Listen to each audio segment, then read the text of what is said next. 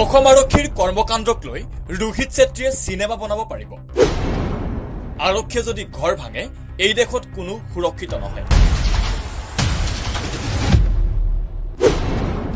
SP, IG, DIG সকলো যাব লাগিব আইনৰ মাজেৰে।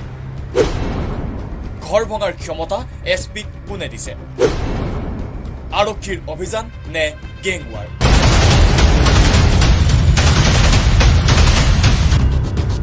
অসম আৰক্ষীৰ কাম কাজক লৈ এইদৰে মন্তব্য কৰিলে গুৱাহাটী উচ্চ ন্যায়ালয়ে। বটদ্ৰৱাৰ থানা জ্বলোৱা ঘটনাত অভিযুক্তৰ ঘৰ বুলডোজাৰ লগাই ভাঙি দিয়া কাৰ্যৰ বিৰুদ্ধে কঠোৰ স্থিতি গুৱাহাটী উচ্চ ন্যায়ালয়ৰ। ন্যায়ালয়ত কি হ'ল, মুখ্য ন্যায়াধীশে কি ক'লে সেয়া দেখুৱাম এই প্ৰতিবেদনত। কিন্তু তাৰ পূৰ্বে মনত পেলাই দিব বিচাৰিছো বটদ্ৰৱাত 6 মাহ আগতে কি ঘটিছিল সেই ঘটনাৰ বিষয়ে।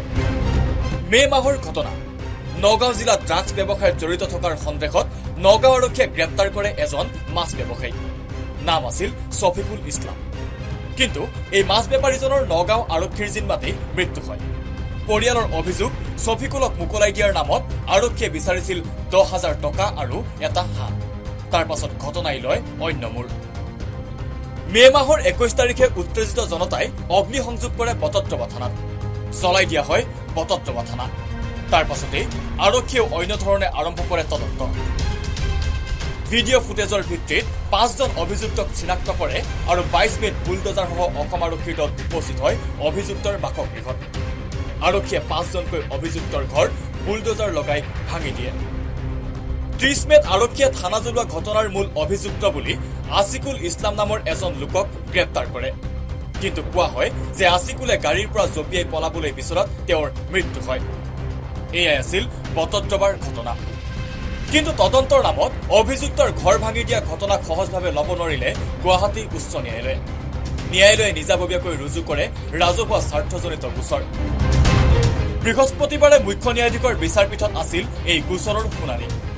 শুনানিৰ সময়ত অসম আৰক্ষীয়ে বটদ্ৰৱাত বুলডোজাৰ চলোৱা ঘটনাৰ বিষয়ে শপতনামা দাখিল কৰে। কিন্তু শপতনামা পঢ়িয়েই ক্ষুণ্ণ হৈ উঠিল গুৱাহাটী উচ্চ ন্যায়ালয়ৰ মুখ্য ন্যায়াধীশৰ বিচাৰপীঠ।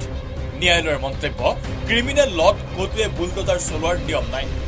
ক্ৰিমিনেল লৰ বিষয়ে সাধাৰণ জ্ঞান থকা সকলোৱে এই কথা জানে। Bulldozing of a house is not provided under any criminal law. Yes. With limited knowledge on criminal law. Yes. শপতনামাত কোৱা হৈছিল অভিযুক্তৰ ঘৰত উদ্ধাৰ হৈছিল পিস্তল। কিন্তু অসম আৰক্ষীৰ এই মন্তব্যক লৈও ন্যায়ালয়ৰ সন্দেহ। অভিযুক্তৰ পৰা কি পালে?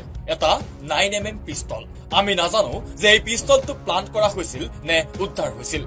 We are in a democratic setup under the guise of and what is recovered? One pistol, 9mm. We don't know whether it is planted or it is recovered. Assam আৰক্ষীৰ কৰ্মকাণ্ডক লৈ ক্ষোভিত হৈ পৰা উচ্চতম ন্যায়ালয়ৰ মুখ্য ন্যায়াধীশৰ বিচাৰপীঠে ক'লে, ঘটনাৰ তদন্তৰ সময়ত পুলিচে কোনো অনুমতি নোহোৱাকৈ বুলডোজাৰ চলাব পাৰে জানো? যিকোনো জিলাৰ SP হ'ব পাৰে, IG হ'ব পাৰে, DIG হ'ব পাৰে, তেওঁ কিন্তু আইনৰ মাজেৰে যাব লাগিব। কেৱল আৰক্ষীৰ মুৰব্বীয়ে যদি ঘৰ ভাঙি দিব পাৰে, এইখন দেশত কোনো সুৰক্ষিত নহ'ব। He may be SP of anybody, of any district. Even your IG or DIG, whoever may be the highest authority, TG has to pass through the gamut of law. Only because they head the police department, they cannot break anybody's house. Nobody is safe in this country then, if that is permitted.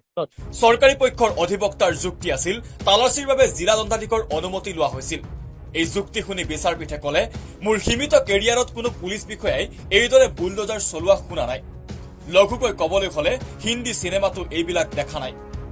Rohit ছেত্ৰীয়ে এইবিলাকক লৈ cinema বনাব পাৰিব।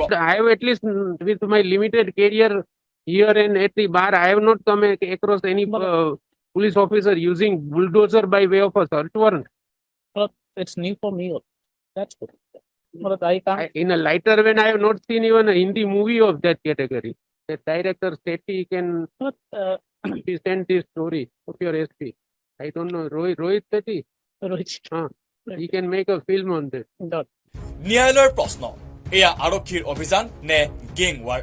চৰকাৰৰ উত্তৰ, এয়া আৰক্ষীৰ অভিযান। তাৰ পাছত ন্যায়ালয়ৰ মন্তব্য, গেং ৱাৰত যি হয় ইয়াতো সেয়াই হৈছে যে এটা গেঙৰ এজন মানুহৰ ঘৰ বুলডোজাৰেৰে উভালি দিলে। Is it a gang war or a police operation? No, it's a police operation. Then one can understand in a gang war it happened.